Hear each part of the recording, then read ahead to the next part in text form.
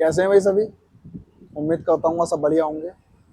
और ये सेशन मैं आपके लिए लास्ट 15 डेज के लिए लेकर आया हूँ। और मुझे लगता है कि बच्चों के सामने काफ़ी परेशानियां हैं। कुछ बच्चों के कमेंट्स आ रहे हैं, मैसेज आ रहे हैं मेरे पास कि सर थोड़ा सा कंप्रीहेंशन, क्लोज टेस्ट, PQRS और कुछ थोड़ी सी ना वोकैब की प्रैक्टिस करा दो।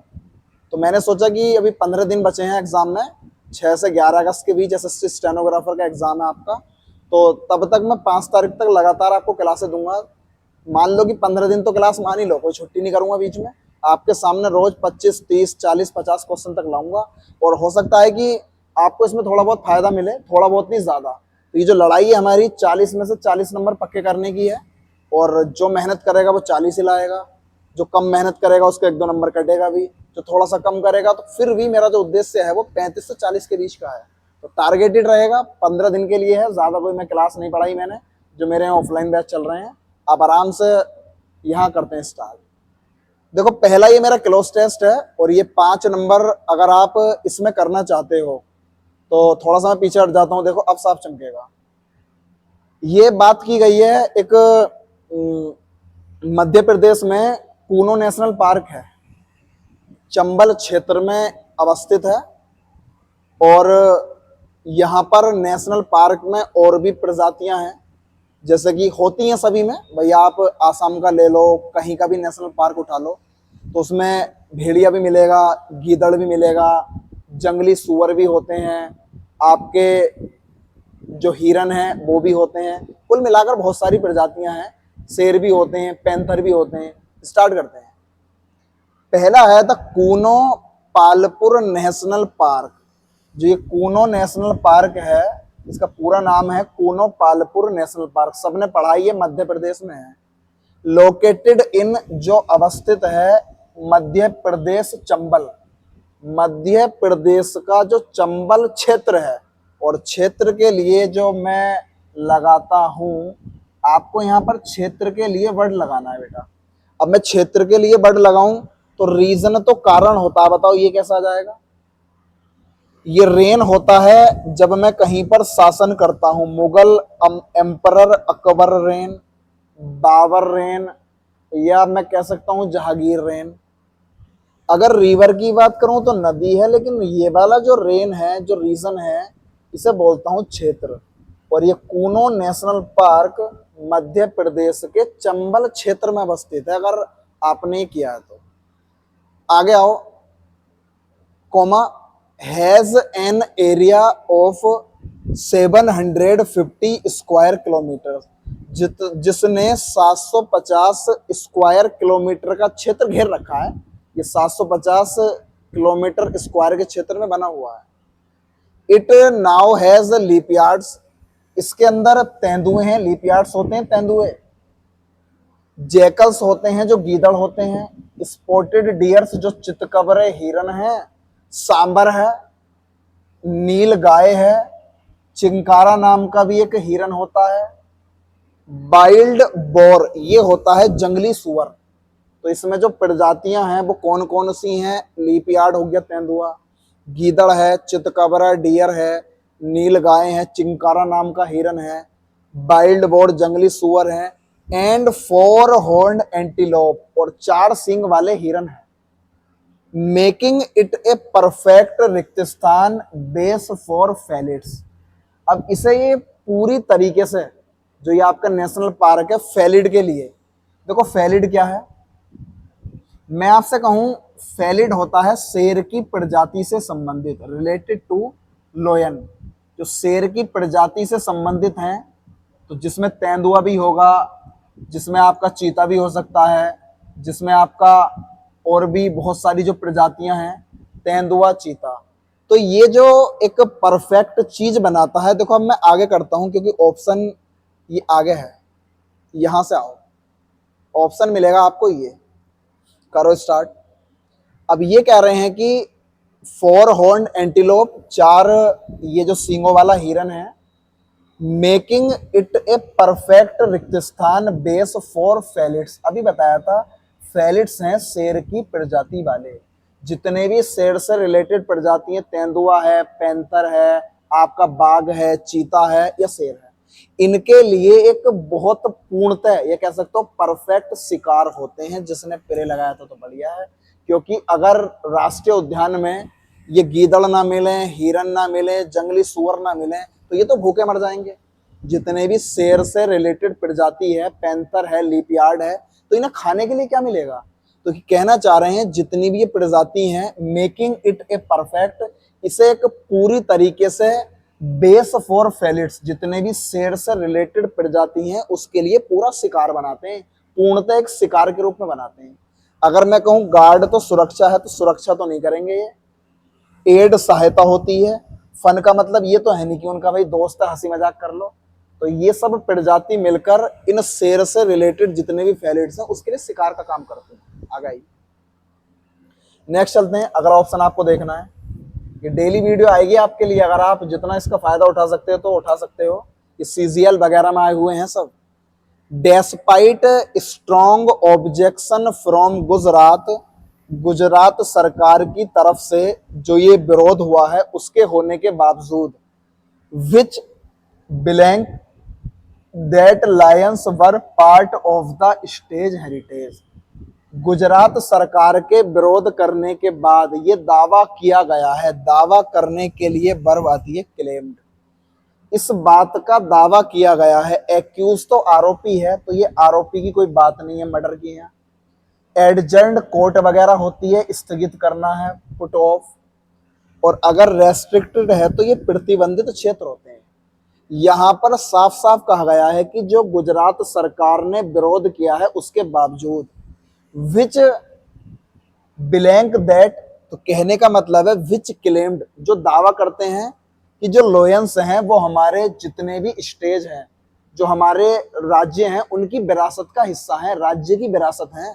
दैट एमपी हैड, जो एमपी सरकार है Madhya Pradesh, had a poor रिक्त स्थान इन वाइल्ड लाइफ मैनेजमेंट, इनका जंगली जीवन के रख रखाव में गुजरात ने यह दावा किया है कि ये जो शेर है ना, ये राज्य की विरासत है।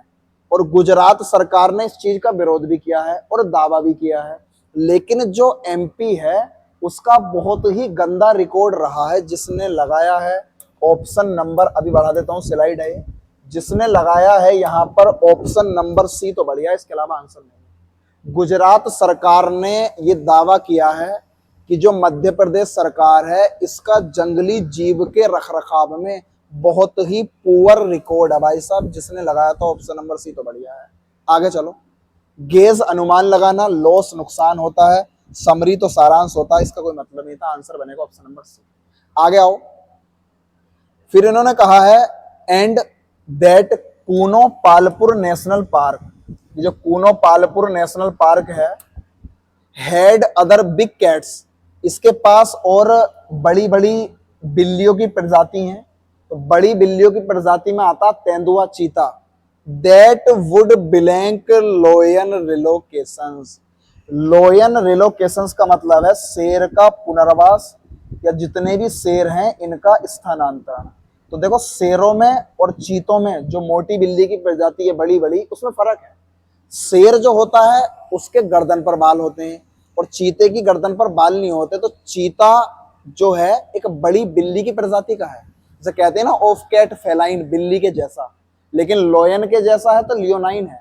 तो शेर में और चीते में फर्क है। अब ये कहना चाह रहे हैं कि वैसे अपने भारत में मैं आपसे कहूं एकमात्र एक ही राष्ट्रीय उद्यान है, गिर राष्ट्रीय उद्यान, जिसमें एशियाई रूप से या प्राकृतिक रूप से एशियाई शेर मिलते हैं। लेकिन ये जो आपका कूनो नेशनल पार्क था ये बनाया गया था शेरों के लिए ही, लेकिन आज की डेट में इतना गलत रिकॉर्ड है रखरखाव में, एक भी शेर नहीं मिल रहा। अब ये कहना चाह रहे हैं कि the Kuno Palpur had other big cat species, इनके पास और बड़ी बड़ी बिल्लियों की प्रजाति हैं। दैट वुड, जो खतरा पैदा करती हैं, जब शेर एक स्थान से दूसरे स्थान पर जाएंगे तो वो गिने चुने हैं, तो ये उनके ऊपर अटैक कर सकते हैं। जितने भी तेंदुए, पैंथर है, जिसने लगाया था ऑप्शन नंबर भी तो बढ़िया है। जियोपार्डाइज का मतलब होता है खतरा पैदा करना। तो जितनी भी ये मोटी बिल्ली की प्रजाति हैं, तेंदुआ हुआ, लीपियार्ड हुआ, आपका चीता हुआ, ये शेरों का स्थानांतरण, जब शेर एक स्थान से दूसरे स्थान जाएंगे तो उनके लिए खतरा पैदा हो सकते हैं। और तो नहीं आएगा। इनोकस हानि रहित होता। चैनलाइज का मतलब होता है पहचान कराना। सेफ गार्ड तो सुरक्षा का बच्चा, खत्म हो गई है। आगे देखो, द सेंचुरी, ये जो अभ्यारण्य था, बाज चूजन फॉर द लोयन री इंट्रोडक्शन, ये शेर का पुनः परिचय कराने के लिए या शेर को पुनः दोबारा से जान पहचान कराने के लिए या उनके बारे में बताने के लिए इसको चुना गया था। प्रोजेक्ट इन 2013, जो ये योजना थी वो 2013 की। कुल मिलाकर ये भाई आपका एक क्लोज टेस्ट है। और जो मेरी कोशिश रहेगी बेटा ये रहेगी कि मैं आपको इसमें से ज्यादा भी नहीं तो 40 नंबर की लड़ाई है, आप 35, 34, 36, 38 जितने भी आप ला सकते हो।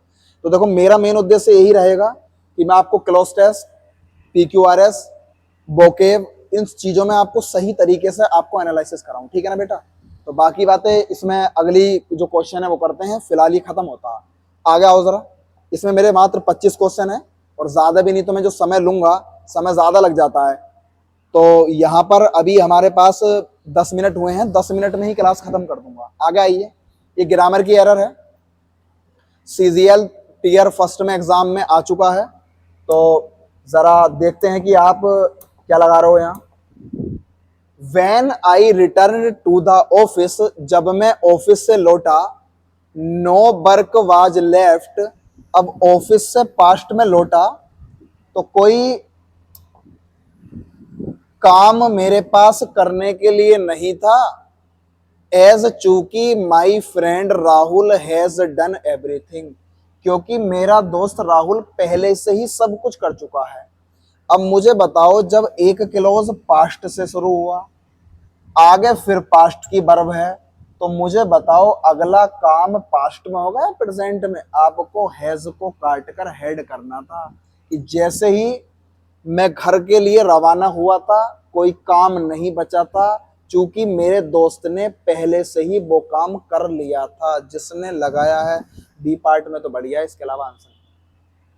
तो ये सब चीजें आप खुद डिनोट करोगे, सब चीजों को खुद जोड़ोगे, चीजें किस तरीके से आनी है। तो सारी चीजें ये सब एक लेवल पर आती हैं बेटा। मैं ग्रामर की भी प्रैक्टिस कराऊंगा, इसमें कुछ PQRS भी जोड़ूंगा, क्लोज टेस्ट भी जोड़ूंगा। आगे बढ़ते हैं, समय खराब नहीं करेंगे बिल्कुल। जरा बढ़ते हैं, क्वेश्चन नंबर 7 लगाइए जरा, जो भी लगाना चाहता अपना answer. I, you and he have been working happily in the same company and in the same branch for the last 9 years. पिछले 9 साल से मैं, तुम और वह सेम कंपनी में काम कर रहे हैं। अब देखो, एक प्रोनाउन का रूल मुझे याद आता है, अगर कहीं सही बात चलती है, अच्छी बात, तो सही बात के लिए केस होता है 231 अप्लाई, और कहीं अगर बात हो गलत, तो गलत बात के लिए जो केस अप्लाई होता है वो होता है 123। चेक करो।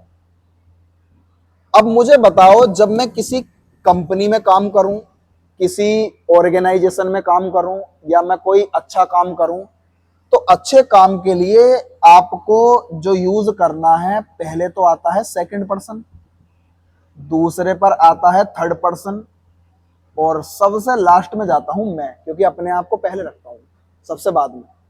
लेकिन अगर कोई गलत काम हो, जैसे कि मैं अपराधी हूं, मैंने किसी को गाली दे दी है, तो गलत काम के लिए नंबर 1 पे मैं अपने आप को रखता हूं, दूसरे नंबर पर तुम्हें रखता हूं, और तीसरे नंबर पर आता ही सीट। चेक कर लो, काम जो था अच्छा था, 231 होना चाहिए था। U, C एंड I, जिसने लगाई थी पहले पार्ट में ऑप्शन नंबर ए, तो बढ़िया। इसके अलावा तो चीजें ना खुद अपने आप कहेंगी कि आंसर क्या आएगा।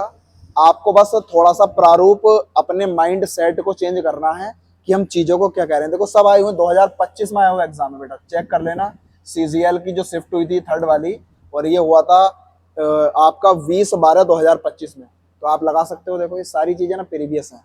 आगे बढ़ते हैं, स्टार्ट करते हैं इसका अगला जो क्वेश्चन हम करने वाले हैं।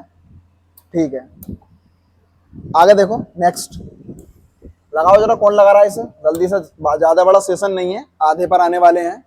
Mister Abhilash and his family have received, mister Abhilash और उसकी फैमिली को कोई भी इंफॉर्मेशंस अबाउट द इंसिडेंट, मतलब कोई भी सूचनाएं। अभी चेक करना, कुछ नाउन हमेशा सिंगुलर अनकाउंटेबल नाउन होते हैं, बेटा लगेजिस, लगेजिस नहीं होता लगेज, एडवाइजेज नहीं होता एडवाइज, ऐसे ही फर्नीचर्स नहीं होता फर्नीचर। तो ये कुछ नाउन ऐसे हैं जो सिंगुलर अनकाउंटेबल नाउन के रूप में यूज किए जाते हैं, इसलिए आपको इंफॉर्मेशंस नहीं करना बल्कि क्या होगा, इंफॉर्मेशन। और ये मैंने हाई कोर्ट का आपके सामने बहुत सारे सेशन पढ़ाए हैं, तो अगर आपने थोड़ी सी भी क्लास मेरी पढ़ी होगी तो यहाँ आपको कुछ ना कुछ याद आ गया होगा। बढ़े आगे, इन्फॉर्मेशंस नहीं होगा, इन्फॉर्मेशन। और देखो ये सब कितने आसान क्वेश्चन जो सीजीएल वगैरह में आते हैं, तो ये आप आराम से चीजों को कर सकते हो। देखो मैं हमेशा सच के साथ ही रहता हूँ और मैं ज्यादा बड़ा दावा नहीं करता, मैं ये नहीं कहता ये है वो है, बस मैं आपसे यही कहूंगा कि जो भी क्लास में ला रहा हूँ ये सब आपके लिए ना PYQS है, और आप प्रीवियस ईयर क्वेश्चंस पढ़ते हो ना, तो यकीन मानना दावे के साथ मैं आपसे कह रहा हूँ कि आपकी जॉब क्लियर है। आपके नहीं लगेगी, अगली बार लग जाएगी, लेकिन बार बार असफलता नहीं मिलेगी। आगे आते हैं नेक्स्ट क्वेश्चन नंबर 9 की तरफ चलते हैं जरा। ये ग्रामर के कुछ क्वेश्चन है, उसके बाद फिर हम वोकैब की तरफ चलेंगे। My brother performed extremely good, यही खत्म हो गया सेंटेंस। अगर कोई नाउन कैसा है इसका आंसर तो देता है एडजेक्टिव, अगर कोई वर्ब कैसी है बेटा इसका आंसर आज तक अगर किसी ने दिया है तो फिर वो एडवर्ब ने दिया है। एक्सट्रीमली गुड नहीं होगा, एक्सट्रीमली वेल जिसने लगाया था ऑप्शन नंबर 2 आंसर। अब यही चीजें हैं जो आपका माइंड कितनी जल्दी डाइवर्ट कर सकती हैं, कितनी जल्दी सेट कर सकती है। माई ब्रदर परफॉर्म्ड, प्रदर्शन किया, एक्सट्रीमली वेल बहुत बढ़िया, in the class test held yesterday, option number D is correct answer. Question number 10 की तरफ चलते हैं, सेशन आगे बढ़ाते हैं जल्दी जल्दी। ठीक है, आगे बढ़ते हैं नेक्स्ट। एवरी स्टूडेंट्स, जैसे ही पढ़ रहा हूं वैसे ही मुझे गलत लग रहा है, एवरी के बाद हमेशा सिंगुलर नाउन आता है। एवरी हो या ईच हो, दोनों के साथ सिंगुलर नाउन सिंगुलर वर्ब जिसने लगाया ऑप्शन डी आंसर है, इसके अलावा नहीं। बताओ अब मैं इसमें आपको क्या बताऊं, इससे आसान चीज और क्या हो सकती है बेटा। तो फिलहाल आपका ये माइंड है जिस चीज में आपको कम समय लगे। अब जब मुझे यही एरर मिल गई तो मैं सेंटेंस को क्यों पढ़ूंगा जाके, मैं क्यों बिना फालतू का अपना समय खराब करूं। आगे बढ़ते हैं, इतना समय किसके पास है, आगे आइए। नेक्स्ट 10 का डी होता है, 11 पर चलते हैं। एक बार नहीं, दो बार नहीं, आप कितनी बार वीडियो देख सकते हो। आगे आइए। मिस्टर अमित कुमार, जो कोई मिस्टर अमित कुमार हैं, प्रोप्रिएटर ये होता मालिक, जिसे आप ओनर बोलते हो, जो मालिक हैं ऑफ जाइलिंग पेन्स, ये जाइलिंग के फैन आते हैं, जाइलो हुआ, जाइलिंग हुआ, सेलो हुआ। इज नन फॉर, जाने जाते हैं, रिक्त स्थान ऑनेस्टी, अपनी ईमानदारी के लिए। अब बताओ जब मिस्टर अमित कुमार हैं इनका प्रोनाउन ही होगा तो बताओ इनका पॉजेसिव एडजेक्टिव हर आएगा या हिज आएगा, जिसने सी लगाया था तो बढ़िया। तो ये सब चीजें आप कर सकते हो। देखो ये भी एग्जाम में आया हुआ CGL के, ये 2025 में एग्जाम हुआ था। तो मैं तो भाई लेवल की बात कर रहा हूँ, सीधा जो एग्जाम में आया हुआ है, बिना फालतू की चीजें छेड़नी नहीं है। आपका आंसर हो गया। जब CGL में ऐसे क्वेश्चन आ सकते हैं तो आपके स्टेनोग्राफर में तो थोड़ा लेवल कम आता है, इससे भी आसान आएंगे, लेकिन घबराना नहीं है बिल्कुल भी। आगे आइए नेक्स्ट। तो mister Amit Kumar proprietor of xyling pens is known for his honesty आ जाएगा and decent behaviour in the business arena. फिलहाल आगे बढ़ते हैं। 11 का आपका सी है। 12 समय देता हूं, मात्र 2 सेकंड दूंगा, 2 से 3 दे सकता हूं, चौथा नहीं मिलेगा। प्रिस्क्रिप्शन सेफ्टी ग्लासेस, जितने भी डॉक्टर आपको नजर के चश्मे, आंखों के चश्मे होते हैं वो सुझाव देते हैं। प्रिस्क्रिप्शन का मतलब होता है वैसा नुस्खा, नुस्खा बताना, सुझाव देना। तो जो ये जितने भी आंखों के चश्मे हैं उनके लिए आपको सुझाव दिया जाता है। The blank tailored production, tailored production का मतलब है जो आपको आपके अनुरूप सुरक्षा मिलती है।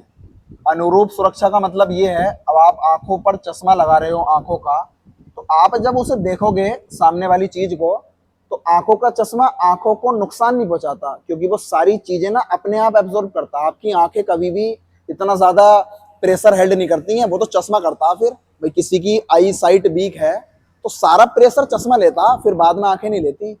तो ये कहना चाह रहे हैं कि जो नुस्खा बताया जाता है वो सबसे फाइनेस्ट, सबसे बेहतरीन अनुरूप सुरक्षा देता है फॉर इंडिविजुअल, हर व्यक्ति के लिए, विद विजन करेक्शन नीड्स, जो भी हमें देखने के लिए जरूरत पड़ती है।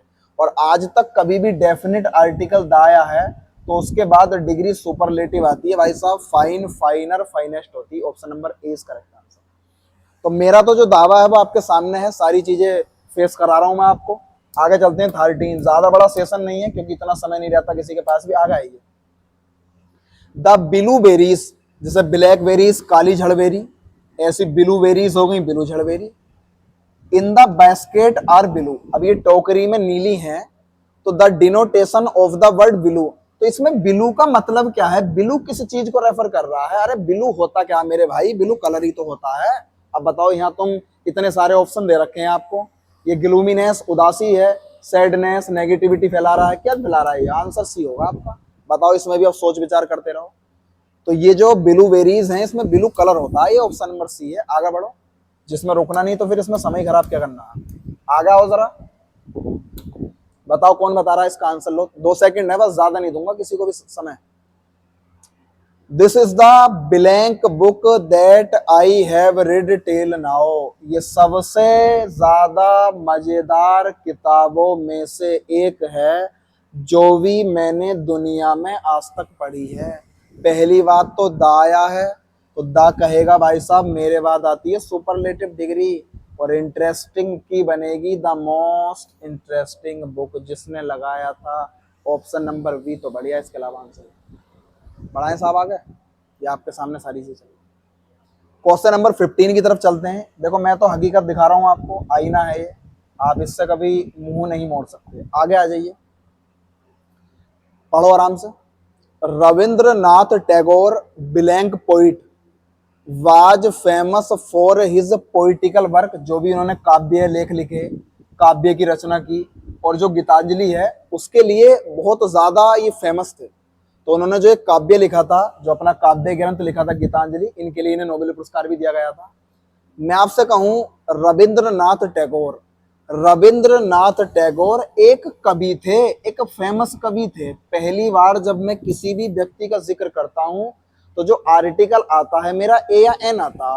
पोइट का प्रोनाउंसिएशन आपका कॉन्सोनेंट है तो एन नहीं आ सकता, ए आएगा। दा का कोई जिक्र नहीं होगा, क्योंकि दा का जिक्र तब होता है डेफिनिट आर्टिकल जब मैं उस व्यक्ति के बारे में दोबारा से बात करता हूं, डेफिनिट बनाता हूं। आंसर ए आएगा।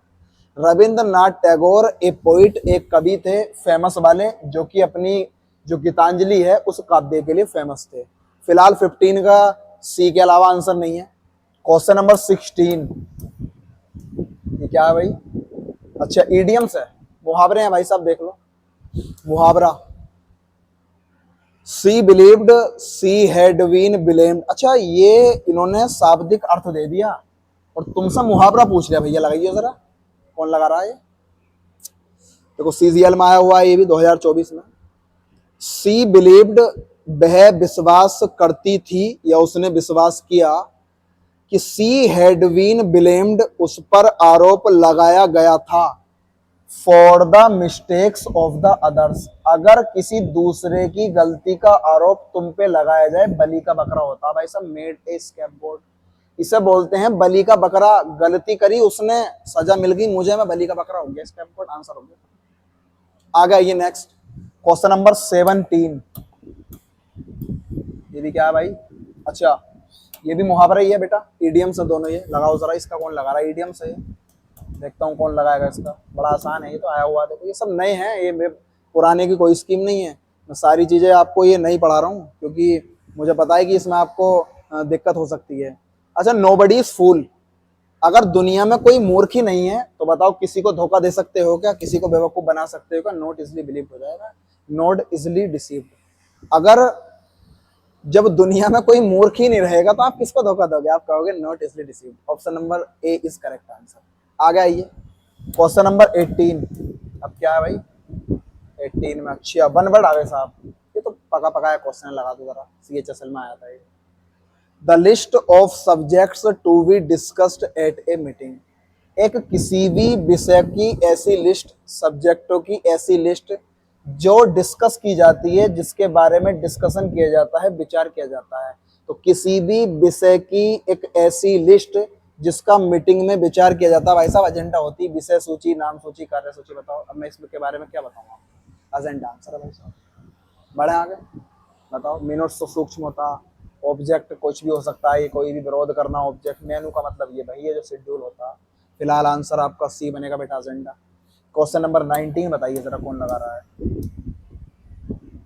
क्वेश्चन नंबर 19, ये भी लास्ट हो सकता है। अच्छा, a place where birds are kept, तो कई बार बताया था। एक स्थान जहां चिड़ियों को रखा जाता है, तो किसी ने कहा होगा चिड़ियों को रखने का है चिड़ियाघर। बोले भाई साहब ये लगा दो। अरे मुझे बताओ, चिड़ियाघर में चिड़िया रखी जाती हैं क्या? किसी ने लगाया होगा जो ज्यादा अपना दिमाग चला रहा होगा। बोले भाई एक काम करो, चिड़िया हैं तो चिड़िया चिड़ियाघर में मिलेगी, लगा दो। मेरे भाई चिड़ियाघर में चिड़िया नहीं रखी जाती हैं। चिड़ियाघर में होते हैं खतरनाक जानवर, शेर, तेंदुआ, चीता, आपका भेड़िया, हाथी, बड़े बड़े खूंखार जानवर। तो चिड़ियाघर में तो खूंखार जानवर रखे जाते हैं। लेकिन एक ऐसा स्थान जहां पक्षियों को लिखते हैं, या कह सकते हो एक बड़ा सा पिंजरा, बिल्डिंग और एनक्लोजर टू कीप बर्ड्स। एक बड़ा सा पिंजरा जिसमें हम पक्षियों को रख लेते हैं, चारों तरफ से ढका होता है, वैसा एपियरी होता, पक्षी के रहने का स्थान। अगर मैं कहूं एपियरी, तो ए प्लेस वेयर वीज आर केप्ट। अगर एपियरी है तो ये मधुमक्खियों के रहने का स्थान है। वीज, हाइव छत्ता होता है मधुमक्खी का, जहां पर मधुमक्खी टेम्परेरी समय के लिए रहती है। और मैं कहूं सेंचुरी, तो बताया था ये तो पक्षी अभ्यारण्य, पक्षी विहार, जो भी आप बोलते हो। फिलहाल आंसर बनेगा मेरा ऑप्शन नंबर बी, एपियरी। आ गया ये 20, लगाओ कौन लगा रहा है इसे। पैराजम्बस। देखो ये थोड़ा सा लेवल का क्वेश्चन। अच्छा मैं थोड़ा ऊपर बढ़ा दूं इसे, ये थोड़ा सा, ये यहाँ पहुंचाओ। अब देखो भाई, लगाओ। थोड़ा सा बड़ा है ये, लेकिन इसे सोल्व करने की भी ट्रिक है, सब चीजें हैं। आप अगर थोड़ा सा चीजों को ज्यादा अच्छे वे में पढ़ते हो, लगाओ। थोड़ा सा इसमें ज्यादा समय दे रहा हूं।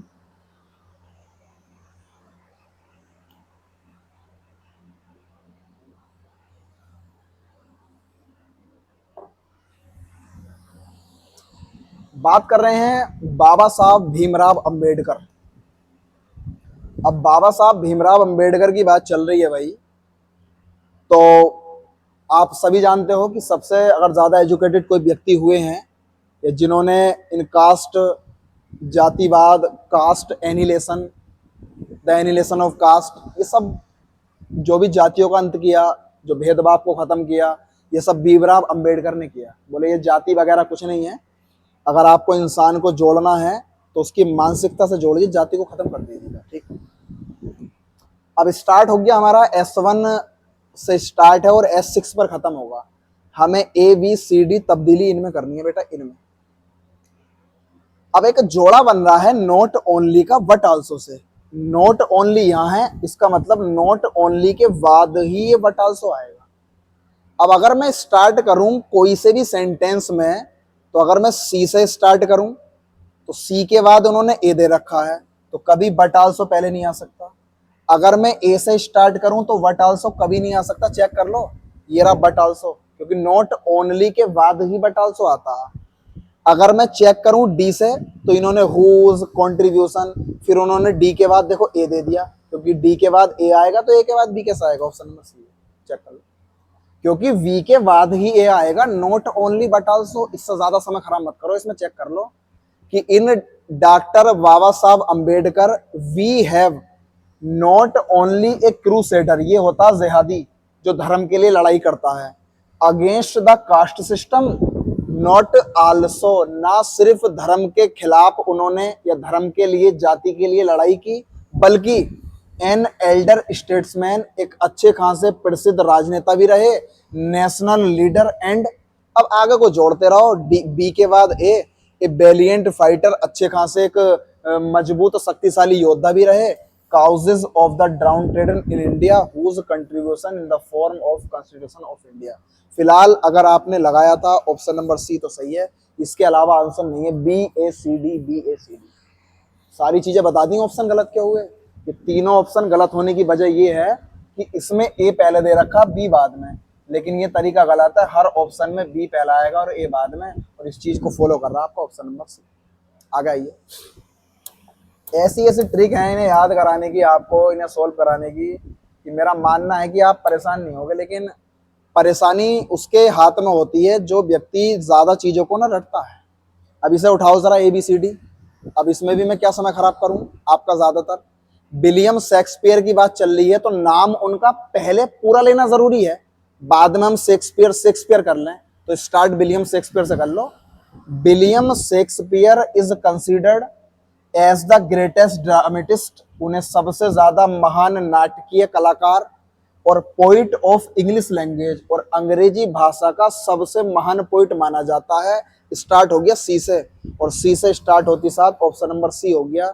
इसके बाद आओगे ए, इन शेक्सपियर हैंड्स, शेक्सपियर के हाथों में इंग्लिश ड्रामा। उसके बाद अचीव्ड ए मैचलेस ब्रिलियंस, ब्रिलियंस का मतलब होता है जो आपके अंदर टैलेंट है, जो आपके अंदर ब्राइट, जो ब्रिलियंट आपकी जो ताकत है। तो उनकी जो स्ट्रेंथ थी, या उनकी जो बुद्धिमत्ता थी, या जो उनका कौशल था, वो किसी के सामने मैचलेस था। कोई उनके सामने दूर दूर तक टिक नहीं सकता था, सब मैचलेस हो जाते थे, उनकी किसी से कंपेयर नहीं हो सकते थे। फिलहाल आंसर जिसने लगाया था सी बढ़िया, CADB option number C is correct. तो ये सब अपनी अपनी ट्रिक है, आप जैसे जैसे याद करो, जैसे जैसे आप इन्हें सोल्व करो। मैं ये भी नहीं कहूंगा कि आप मेरी फॉलो करो, लेकिन मैं तो यही कहूंगा कि फॉलो वो करो जो आपका समय बर्बाद होने से बचाए। बताओ जरा, बोई सही है, एक्टिव पैसिव कौन नहीं लगाएगा इसका। Everyone was surprised at his speech, passive बनाना, वी और वर्ब की थर्ड फॉर्म, इसका मतलब वाज के साथ थर्ड फॉर्म है तो डिड रहा होगा, और सरप्राइज में डिड लगाओगे तो हिज स्पीच सरप्राइज्ड एवरीवन, उसकी स्पीच ने सबको सरप्राइज्ड कर दिया। और सरप्राइज्ड एक ऐसी वर्ब है जो पैसिव बनाते समय अपने साथ प्रीपोजिशन बाई नहीं बल्कि क्या लेती है, एट। जिसने लगाया ऑप्शन बी तो बढ़िया, इसके अलावा और सब चेक कर लो, सब गलत है। 23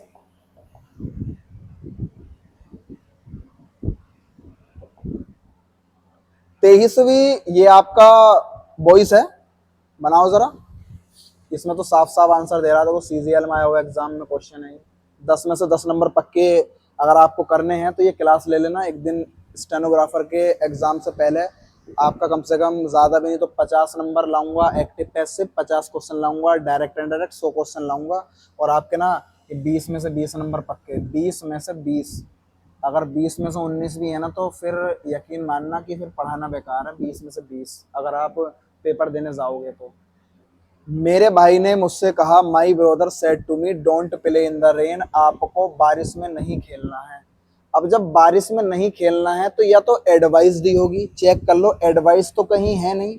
एश्योर्ड, एश्योर्ड का मतलब आश्वासन, सुनिश्चित कोई मतलब नहीं। सैड का मतलब नहीं। या मेरे भाई ने मुझसे मना किया होगा बारिश में खेलने के लिए, तो यहाँ एडवाइस नहीं है तो मना करने वाला ऑप्शन है फॉरवर्ड। चेक कर लो, ये आंसर हो गया, माई ब्रदर फॉरवर्ड मी, मेरे भाई ने मुझसे मना किया to play in the rain, बारिश में खेलने के लिए। Option number B is correct answer. आगे बढ़ो, समय खराब मत करो। 24 ये अगर कोई लगाएगा, जाओ इसके लिए मैं बैठ रहा हूँ आराम से, इसके लिए मैं तुम्हें दे रहा हूँ समय भाई पूरा पूरा। ये बैठ गया मैं 10 सेकंड का, देखूंगा कौन लगाएगा इसे। 10 सेकंड का समय दे रहा हूँ आपको पूरा पूरा, लगा लो आराम से।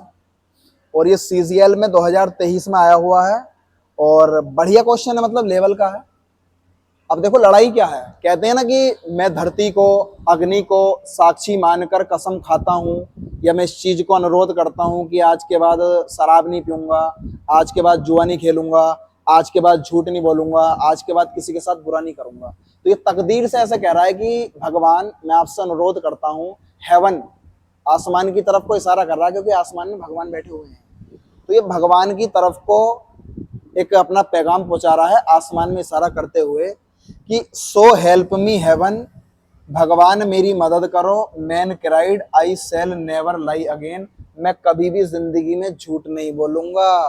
The man called upon heaven to witness, उस व्यक्ति ने आसमान को गवाह बनाया, भगवान को साक्षी माना, और साक्षी मानते हुए ये कहा कि मैं जिंदगी में कभी झूठ नहीं बोलूंगा। ही के अनुसार बिल चेंज होगा वुड, जिसने लगाया ऑप्शन नंबर बी तो बढ़िया। इसके अलावा कुछ भी कर लो, सारे के सारे ऑप्शन गलत हैं। लास्ट क्वेश्चन 25, ये भी शायद डायरेक्ट और इनडायरेक्ट का ही हो सकता है, नहीं ये अलग है। Rashid was not able, Rashid देखो 2025 में आया हुआ एग्जाम में है, Rashid was not able to रिक्तिस्थान the pain after the accident. Pain होता दर्द। अब एक्सीडेंट होने के बाद राशिद जो था उस दर्द को बताओ बियर वाइन, बियर नहीं पी सका। वायर होता है खरीदने वाला, खरीद नहीं सका। बेयर का मतलब होता है विदाउट, जैसे विदाउट क्लोथ नग्न कोई व्यक्ति हो। और बियर का मतलब होता है सहन करना या किसी चीज को निभाना। अब मुझे बताओ जब एक्सीडेंट हुआ था राशिद का, तो राशिद का जब एक्सीडेंट हुआ तो राशिद योग्य नहीं था उस दर्द को बियर पीने के लिए, सहने के लिए। उस सहने के लिए ऑप्शन नंबर डी आएगा। ये होता है किसी चीज को सहन करना। तो फिलहाल आपसे उम्मीद करूंगा कि आप इस सेशन को डेली देखिए। यूट्यूब पर वीडियो अपलोड हो जाएगी हमारे नालंदा एजुकेशन चैनल पर।